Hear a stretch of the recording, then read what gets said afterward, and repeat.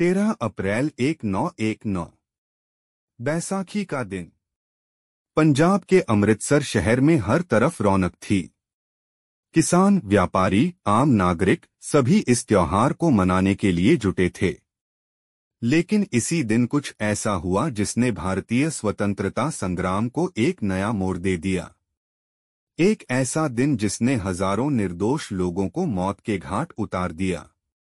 एक ऐसी घटना जिसे सुनकर आज भी रूह कांप जाती है।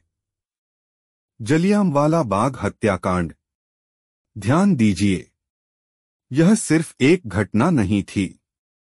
यह भारत के इतिहास की सबसे काली रात थी, जिसने गुलामी के खिलाफ हर भारतीय को जागरूक कर दिया। आज हम इसी जलियांवाला बाग हत्याकांड की पूरी कहानी जानेंगे। कैसे यह नरसंहार हुआ, जनरल डायर कौन था और कैसे इस घटना ने ब्रिटिश हुकूमत की जड़ें हिला दी।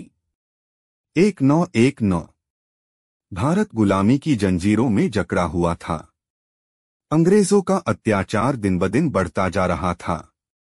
लेकिन इस साल एक नया कानून आया जिसने भारतीयों की आजादी की आखिरी उम्मीद भी छीन ली। Rowlatt Act. रॉलेट एक्ट का मतलब था कोई भी भारतीय बिना किसी मुकदमे के जेल में डाल दिया जाएगा, बिना सबूत के गिरफ्तारी, बिना सुनवाई के सजा, कोई अपील का अधिकार नहीं। यानी अगर ब्रिटिश सरकार को किसी भारतीय पर शक भी हुआ तो उसे सीधे जेल में डाल दिया जाएगा और कोई भी उसे बचा नहीं सकता था। गांधी जी ने इस काले कानून के खिलाफ देशव्यापी आंदोलन छेड़ दिया। पंजाब में भी विरोध बढ़ता जा रहा था। 10 अप्रैल 1919 अमृतसर में दो प्रमुख नेताओं सैफुद्दीन किचलू और डॉक्टर सत्यपाल को गिरफ्तार कर लिया गया। इस गिरफ्तारी से गुस्साए हजारों लोग सड़कों पर उतर आए, लेकिन अंग्रेजों ने इसे बर्बरता से कुचल दिया। हजारों निर्दोष प्रदर्शनकारियों पर गोलियां चलाई गईं। सैकड़ों लोग मारे गए। अमृतसर में मार्शल लॉ लागू कर दिया गया। लेकिन असली कहर अभी बाकी था। 13 अप्रैल बैसाखी का पर्व। शाम के करीब 4:30 बजे हजारों लोग जलियांवाला बाग में एकत्र हुए थे।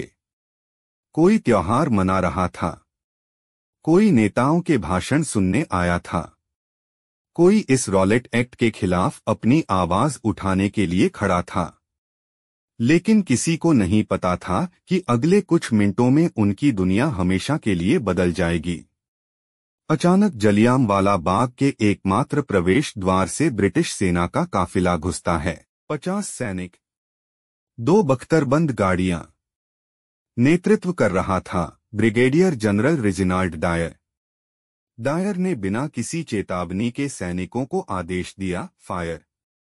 और फिर गोलियां बरसने लगीं। चारों तरफ चीखें, भगदड़।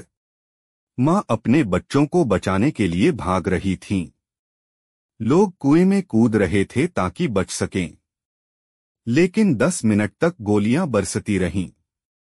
1650 राउंड फायर हुए। 1000 से ज्यादा लोग मारे गए। 1500 से अधिक घायल हुए। यह हत्या नहीं थी, यह इंसानियत का कत्ल था।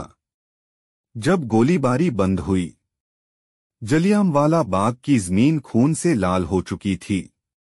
लेकिन जनरल डायर को कोई पछतावा नहीं था, बल्कि वह गर्व से कहता है, मैंने ऐसा जानबूझकर किया ताकि भारतीय डर जाएं और दोबारा सरकार के खिलाफ न उठें। अंग्रेजों के लिए वह वीर था, लेकिन भारत के लिए वह हत्यारा था। जलियांवाला बाग नरसंहार ने पूरे भारत को हिलाकर रख दिया। रविंद्रनाथ टैगोर ने अपनी नाइटहुड सर की उपाधि लौटा दी। महात्मा गांधी ने कहा, अब समय आ गया है कि हम पूर्ण स्वराज्य के लिए लड़े। ब्रिटिश सरकार ने जांच के लिए हंटर कमीशन बनाया, लेकिन जनरल डायर को कोई बड़ी सजा नहीं मिली।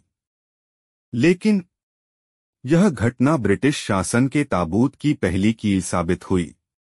आज जलियांवाला बाग एक स्मारक है, लेकिन उन दीवारों पर अब भी गोलियों के निशान हैं। वे चीखें अब भी हवा में गूंजती हैं। यह सिर्फ एक हत्याकांड नहीं था, यह हमारी स्वतंत्रता की कीमत थी। अगर यह इतिहास आपको झकझोरता है तो इस वीडियो को लाइक करें और इसे शेयर करें ताकि हर भारतीय को यह दर्दनाक सच्चाई पता चले। चैनल को सब्सक्राइब करना न भूलें ताकि हम और भी ऐसे ऐतिहासिक विषयों को आपके सामने ला सकें।